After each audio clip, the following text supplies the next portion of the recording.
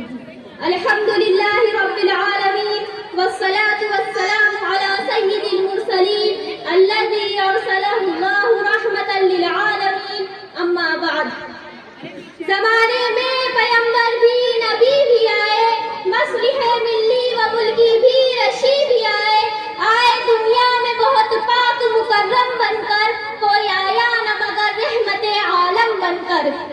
صدر باوقار اور سامعین اعظام, میری تقریر کا عنوان قرآن مجید کی آیت ہے وَمَا أَرْسَلْنَاكَ إِلَّا رَحْمَةً لِلْعَالَمِينَ.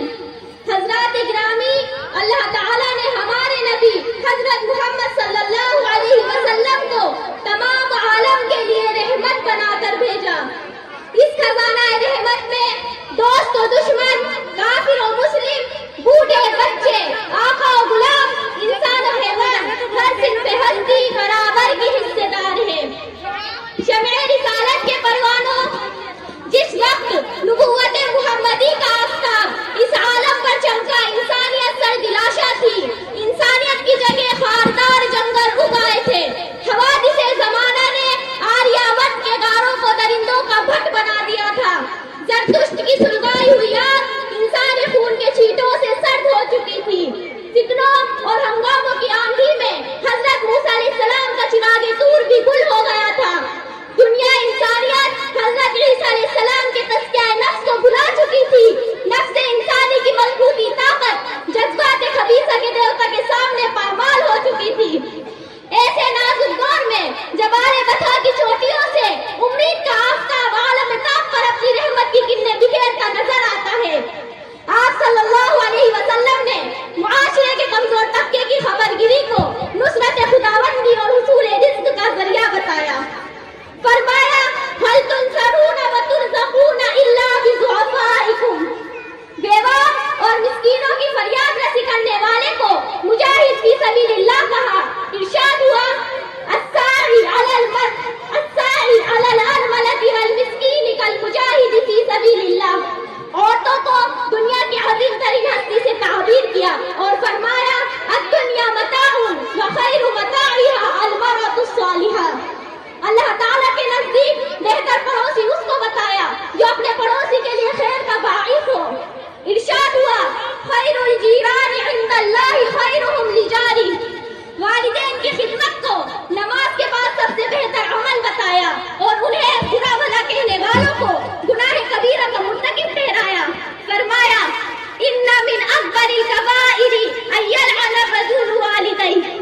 رحمت للعالمین صلی اللہ علیہ وسلم نے عورتوں, بوڑھوں, بچوں اور زخمیوں پر ظلم و ستم کرنا بالکلیہ ممنوع قرار دیا. بھوکے کو کھانا کھلانا, ننگے کو کپڑے پہنانا, زخمی کی مرہم پٹی کرنا, بیمار کی تیمارداری کرنا, خواہ مسلم ہو یا غیر مسلم, ہر حال میں ضروری قرار دیا.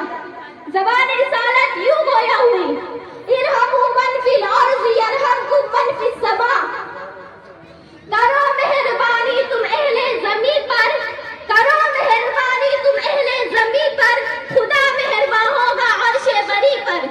حضرات, ہمارے نبی صلی اللہ علیہ وسلم سراپا رحمت بن کر اس دنیا میں تشریف لائے.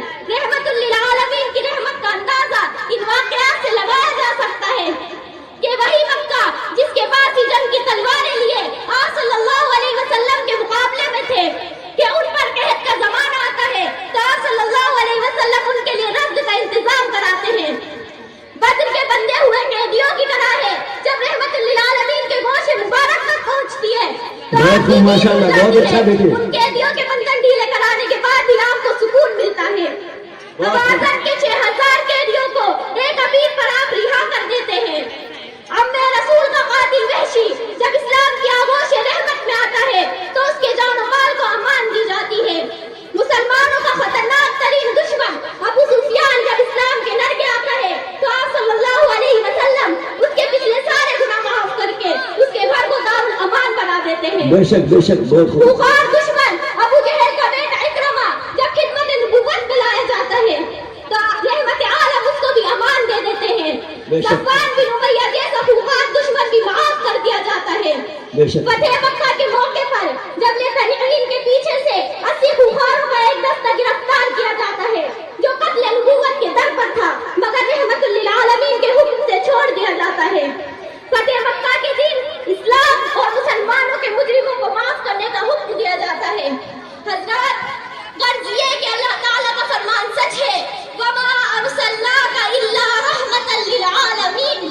مگر افسوس دنیا ایک بار پھر وہی پہنچ رہی ہے جہاں سے رحمت للعالمین نے اسے نکالا تھا. ایسے ماحول میں نبوت محمدی آواز دے رہی ہے, رحمت کا ابر بن کر جہاں بھر میں چھائی ہے, رحمت کا ابر بن کر جہاں بھر میں چھائی ہے, عالم یہ جل رہا ہے برس کر بجھائی ہے, وما علینا الا البلاغ. ماشاء اللہ, بہت اچھے.